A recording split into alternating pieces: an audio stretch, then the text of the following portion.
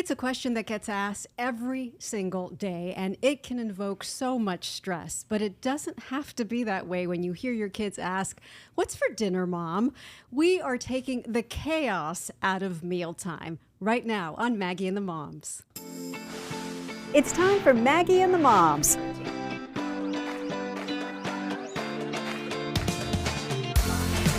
Sponsored by Tampa General Hospital. What's for dinner, Mom? Yes, usually that's the intonation, and whenever I hear it, whether my children ask this question or my husband asks what's for dinner, it just bugs me. Like I have a visceral reaction, even though I love to cook. It's the daily dinner grind, especially on those days when you are just swamped or when your kids are telling you meatballs again and they're just tired of everything you make. I'm done. I'm done, and I'm sure so are you moms listening and watching out there. But do not worry, because to the rescue today, we're so happy to welcome nutritionist, nutrition expert, mother of three, Lee McIntyre, to the rescue to help take the stress out of dinner time. Yes. Thank you. Thank you on behalf of all of us who have ever heard this question and gone, ugh, like it's rage sometimes. Oh, What about you? So full of rage when it's like, Right? again, we're having this again. You know what? And it's usually someone has like a bag of chips in hand. Yes. And I'm like, I'm over here cooking and you're snacking. So would you paint the picture at your house? Okay. Dinner time looks like what? Oh gosh. So I really, really strive to have a family dinner time, even if it's just like 10 minutes. Even if we're not eating the same thing, that's my like number one goal. You would think as a dietitian it would be like the fully perfect nutritionally balanced. My goal is just like all of us sitting at once and eating. So I have a son coming in from soccer, a daughter coming in from dance, my husband coming in. We have a 15-month-old baby too. Wow. Yeah. So a lot of palettes, a lot of schedules, and usually I try to make one thing. Before I was a mom, I used to tell people, "You're not a line cook." You know, other Deanna parents always says that. "Oh my God, you're not a line Yes. cook. I Just love cook that one exact thing." line. too.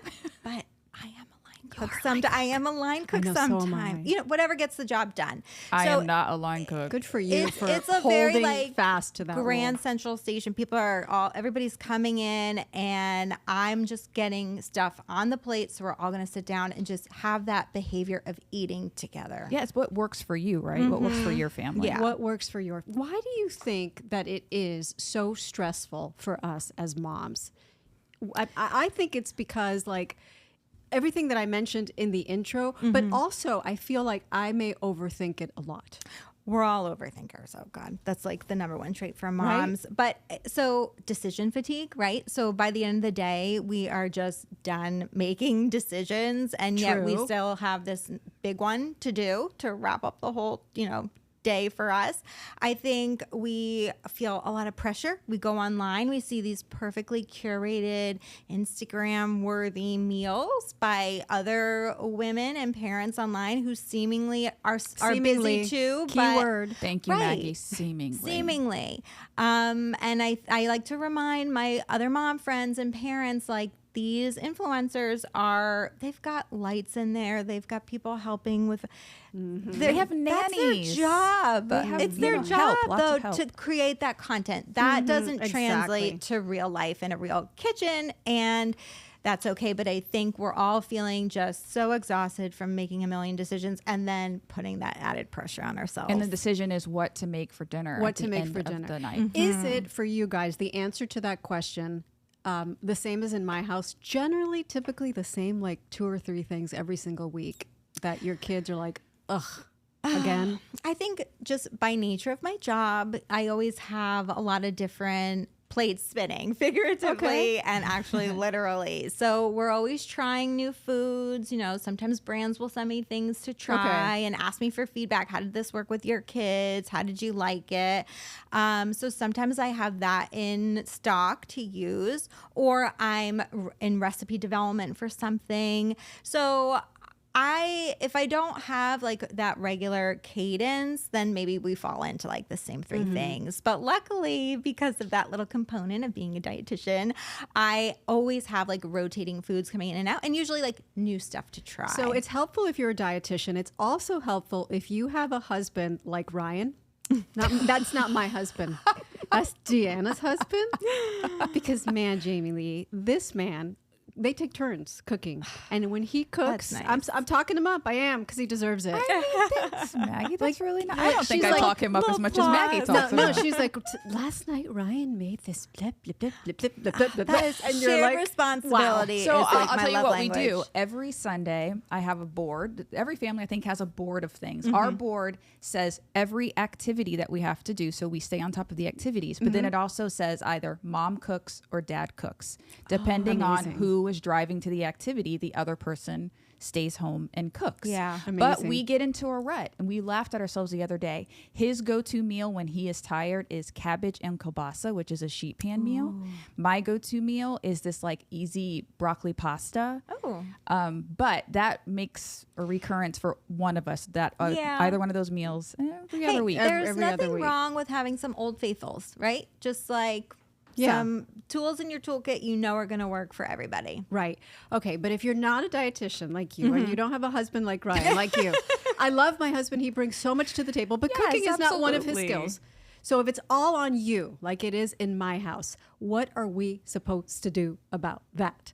So, okay, I have a simple template I follow. You want some protein, you want some produce, and then you want a little fun factor, a little something comforting, right? Okay. So every meal, shoot for one protein. Protein, some sort of produce. Some sort of Could be produce. fruit and then or a veggie. And then what's the extra thing, the fun thing? And then something fun. So if it's pasta noodles, if it's mac and cheese, if it's garlic bread, if it's rice, if it's ranch dressing. Oh my God, ranch saves the day in so many so you're ways. saying okay. that's what I was going to It's say. okay. It's okay, guys. Yeah. Really? We have to take this pressure off of us. We just need to get the family fed, get them some real decent nourishment in there. But let's also remember they've had like 2 or 3 meals or snacks leading up to this point where True. they've also had an opportunity to get in good nutrition. Well, but they haven't.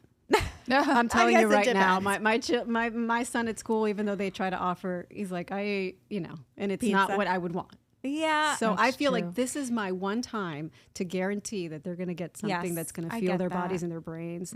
So one thing that I've tried to do, and I'm not successful at it every mealtime, but salad. Like if salad is the veggie, I make them I serve the salad first. So I guarantee you're not going to eat, the rice or the extra thing and get full on Yeah. that before you even. Interesting. So like give them like you in a restaurant, how they bring the salad first. So on the nights when salad is the veggie, that's what I do. And that's something That's a good that idea. has I think helped. that's a good approach. I like to do, like I mentioned the chips earlier. Yeah. I mean, that's like my pet peeve. I'll be like running around the kitchen cooking and I'll peer over at someone, my daughter, my son, my husband, and they're snacking on chips. And I'm like, you guys. Even your husband? Yes. Oh, he's my the husband's the- most Ryan's guilty the one. worst. Yeah. Yeah. Oh, yeah. But so what I'll do is I'll just take it right out of their hands, but then I'll put some finger food veggies. So sugar snap peas, baby carrots, real small ones, cherry tomatoes, the little mini corns, olives. And so before they know it, they've already had their little salad, and that's then great. they sit down for Okay, the meal. question. great. Because I used to hear all the time, you'll spoil your dinner. When do you stop the pre-dinner snacking? Well, I think if you're snacking on veggies, you're not going to spoil your dinner from like overeating too many carrots. Like I've yet to see that happen as a mom and a dietitian. And So- if they do, at least it's carrots that they. Exactly. Yeah, rather than chips. Yeah, Makes sense. yeah. Really But if good. it is chips or something like that, then you are watching them fill up before they sit down to the actual nourishing foods you have chosen to be on the plate, whether it's the cabbage or the broccoli and pasta that you mentioned, Yeah. So, but just generally speaking, a snack, like a real nicely balanced snack, I'd like to see that like no more than 2 hours before dinner. Oh, Okay. Yeah. So All that right. they really come to the table with an appetite to eat what I've put in the time to plate up for them. Even if it's a 10-meal assembly meal, like a 10-minute assembly of real quick something, or if I spent an hour cooking it, but my feelings are the same. I want them to come with a little bit of hunger. A little bit of hunger. All right. So that brings us to this point. What exactly should I be making for dinner? We're going to get specific here because we want to help you. And Yes. that's why Jamie Lee is here and she has all that information. We're going to get to it right after this quick break.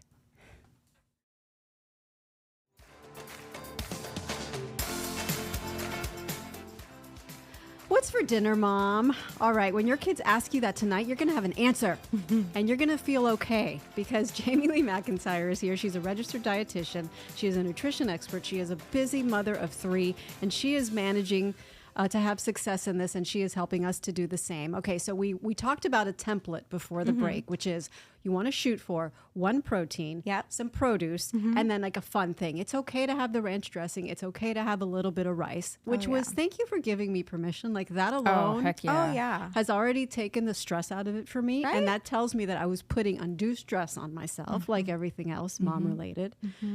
So thank you. That's good. Yeah. But I want to get specific. Yeah.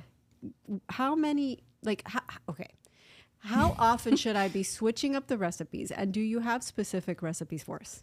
Well, okay. So some specific recipes, right? I think if you're really just starting with this, like if you're going from air fryer chicken nuggets on the regular to all of a sudden wanting to switch it up and do some more balanced meals, start with breakfast for dinner.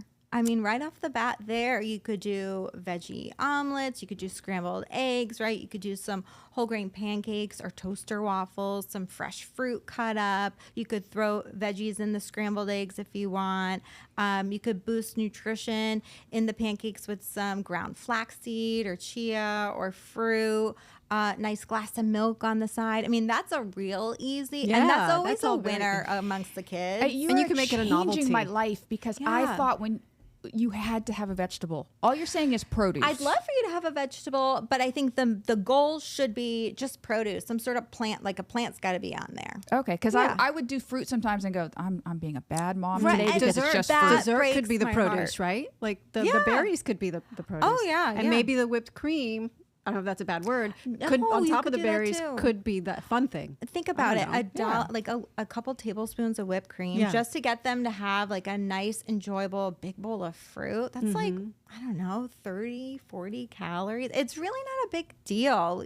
That's the little fun factor I mentioned. Like if it helps get in the nourishing stuff, and this kind of gets into another topic too, is like we're talking about healthy foods over and over again, but I try to really stay neutral with my kids, you know. What do you mean? So in other words, this dichotomous thinking of like good, bad. Okay. Right? Okay. Or healthy, the labels. not healthy. The labels. The labels. Yeah. Because then we're really glorifying foods that maybe they're just not naturally called to right now, like broccoli, you know, or green beans, like sometimes it's hard to get kids to eat that. And that's the thing. Sometimes as a mom, you try to put healthy food on the table, and part of your frustration is, I made it and they won't eat it. Yeah. So I guess you're saying know what they like before going through the trouble? Or should we? Well, so first I would try to get away from the labeling and just kind of treat all food as neutral. Like don't even call attention to the fact that they're eating fruit with whipped cream. Just serve it. Oh, okay. Just serve it. Okay. They'll eat it. And it's like, don't even stare too long at it. Just, okay. All right. And then put the broccoli out. They don't like it at first. Maybe, you got to try this dressing with it. This goes really good. So it's not about eat this. You need to eat healthy vegetables. This is good for you. It's like, change the talk. Exactly. Around change the approach. And then with kids too, getting them involved. So number one, that helps moms in multiple ways. It helps share the responsibility. Slice these up, wash this produce, set the table, keep your eye on the timer for me, come get me when this dings. You know, little things like that gives them a sense of ownership that's going to make them much more likely to like sit down and accept whatever type of healthy foods or new foods you may be introducing, or new types of ways of serving it, kind of expanding their palate. They'll be more likely to accept that if they have a sense of ownership and like they've had a say in it. So our job as a parent, just have the healthy options there. Their job is kind of to decide how much of it to eat. So we don't want to force it. We just want to put it out there for them, role model it ourselves. Oh my gosh, I forgot about this recipe for this broccoli bake. I forgot how much I love this seasoning. Or, I love cheesy cauliflower. You know, like talk it up and really role model it and watch them kind of get more familiar and more interested in eating it. Are there some foods, specific foods that you say are power foods that you should try to incorporate at some point? I think just like plants and proteins. Not that I'm against carbs. I definitely we have carb at every meal. But plants and proteins, just because from my kids' point of view, those are the things that require like extra steps. Like they can always grab whole grain crackers out of the fridge, a piece of bread. I'll watch my son make a quick sandwich or something like that. But they're not really preparing protein on their own or like veggies on their own. So those I try to really make sure I'm giving to them. But I know that you're super mindful about feeding not only their bodies, but their brains, especially growing brains. So when you think about brain food, what are you referring to? So back to the protein, because that really helps with focus and mood stabilization, but then also like specific brain nutrients. So omegas, like omega-3 fatty acids, are really important for brain health. Choline. So if we're talking about the omegas, like quick, easy proteins at meals, salmon or tuna, even from the can. Oh, right. Make a little tuna salad. Tuna melt would be great. A nice piece of natural cheddar cheese melted on top of that. Whole grain bread.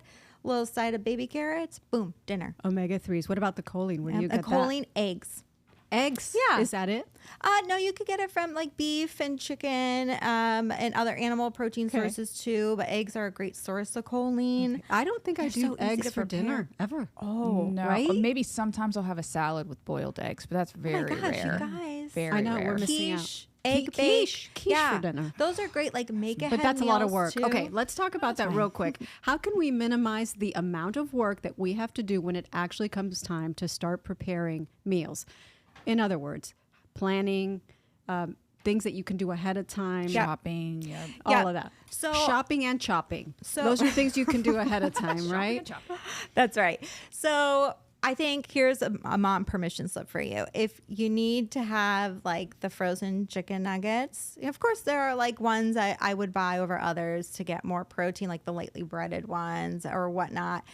You could do that, or the fully cooked chicken sausage links that you could just slice up real quick, throw in an air fryer. Really? You're telling me this is okay. How do I know Those are which ones are okay? Well, I have an app, and I've talked about it before, Yuka, Y-U-K-A. Yeah, things like that can help. Okay. But just glancing at the ingredient list or at the nutrition facts label, like for chicken, you should see at least 15 grams of protein per serving in like a nuggets or a pre-done like cutlet or something. So you want to see like the protein reflected. If it's an animal protein product and it's only giving you 5 grams of protein, Red flag. Yeah, you're like, okay, well, what, something else is in there.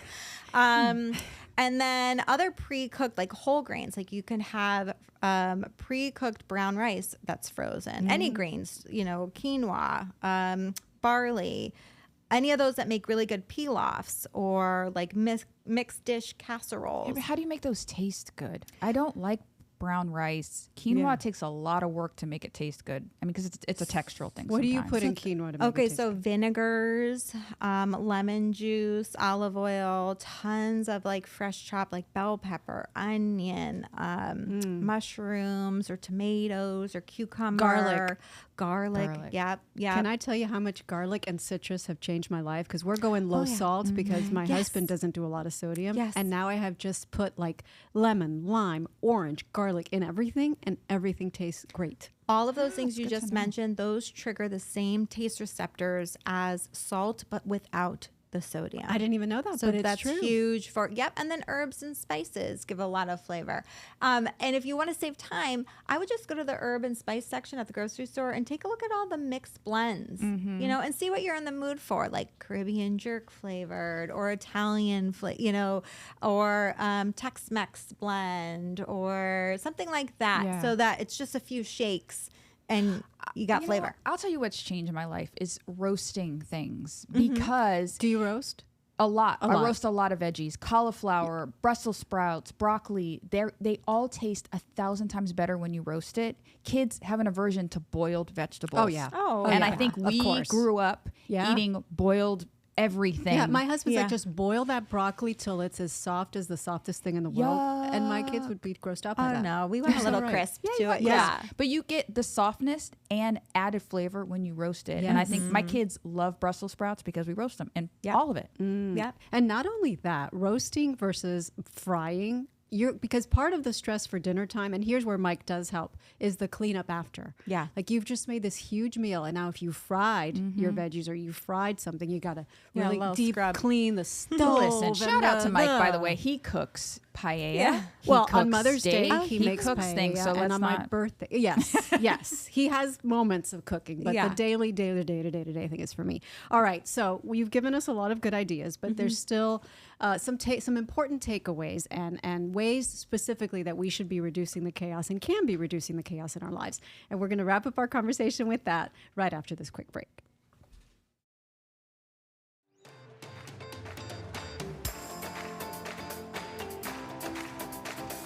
So a big thank you to Jamie Lee McIntyre for giving us so much good information, for helping us answer the question, what's for dinner, Mom? All right, so as we wrap up here, Jamie, let's talk about mom guilt and what you call mom permission slips. Yeah. Please expound on that for us. Okay, so do you need some convenience foods in the freezer, like maybe some meal starters? I mentioned, okay, lightly breaded frozen chicken nuggets or tenders. That's okay. Or the chicken sausage, or maybe the frozen turkey burgers, the frozen meatballs. If that's your meal starter and you're going to throw some frozen broccoli on a sheet pan and roast that up, you could do that. And maybe a quick steamed bag of brown rice, even if it's already flavored. Like these types of things are good foods, and we should give ourselves permission to have that convenience when we need it. If you can get into cooking everything from scratch, go for it. But don't put that pressure on yourself every day. It's a losing game. And what about mom guilt? What are the things that you think moms feel guilty about that they shouldn't? Oh, for sure, the nutrition, right? The nutrition attributes of what they're serving their kids. I mean, I think we are spoken to as moms, like specifically our demographic, we are targeted by social media campaigns, a lot of fear mongering, a lot of misinformation, and it's overwhelming. It is. So sometimes you have to shut down that stimuli. I like to tell people, go back to the cookbooks, get offline. I love Just go to the that. cookbook. Nothing's better than a Yes. cookbook. Right? I can't tell you how But many times elaborate recipes are just not feasible. No, But you can still ideas. Yeah, exactly. And you can always tailor it to what you are capable of doing at home, or what Yes. your kids and your family is going to eat. And this is invaluable. And Deanna and I do this all the time. If your kids are tired of Meatball Mondays and Taco Tuesdays every single week, ask other moms. Yeah. What do you make that's simple, that your family loves? And you and I do that we trade. constantly. Oh, yeah. Like, look at Like this. if you This is look at great. our text chain, it's 90% recipes, isn't it? True. 90% recipes. Yeah. And that's just so helpful because it's frustrating. I'm out of ideas and I'm not inspired. As much as I love to cook, I'm just not Yeah. inspired by weeknight Yeah. dinners. And that's also why I started a weeknight dinner segment on Daytime, the show that we do here in Tampa. love We that. just need ideas. Yeah, exactly. I mean, I've been really into these dump meals lately, where you just dump yeah. everything into one pan Those are and the cook best. it. Or an instant pot. Yeah. Yes. So there are some game-changing tools in the kitchen and hacks Yes. that help alleviate this. I would say for me, it's the slow cooker. Oh, for sure. On those days when you just don't have time to get home and cook, you get home and it's done. Do you have things like that in your repertoire? A sheet pan. Sheet pan meals are You're a so sheet pan girl. Yeah. easy and fast. And again, you roast the vegetables Yeah. and everything Cleanup's tastes good. easy. Cleanup is so easy. Yep. Get the extra long aluminum foil that Or covers parchment paper. or parchment paper, parchment paper, yeah. that covers the entire pan, Yes. so that you don't even have to wash that sheet pan. Like I put 2 layers of that, Crumple. and then I just put it in the trash and put the sheet pan right back in the Oh, oven yeah. where I keep it. Yep. There's not even the need to wash Yep. anything. Like that's a win. Yeah. On those nights, I'm like, I pat myself on the back. I'm As like, you I did should. that. As I should. Thank you. All right. So give me, because we only have a few minutes left, Yeah. but a few takeaways, just bullet points for moms listening. So if it's too stressful, then that stress is causing more harm than any lack of any nutrition you're concerned about. So take the stress out of it. Give yourself permission to serve what you can. Focus on that protein, produce, and something fun combination. Get the kids involved, ask them, what do you want for dinner? If you could pick anything, what would it be? And then build off of that. And then take the pressure off the kids too. You know, don't force them to finish what you fed them. Just keep offering them healthy foods and let them eat till they feel a natural fullness, and they'll come around. It can take a lot of exposures, but they will come around. I feel better. Thank you. Thank you so much, Jamie Lee McIntyre, Deanna Moore. I'm Maggie Rodriguez. Thank you so much for watching and listening. We'll see you next time.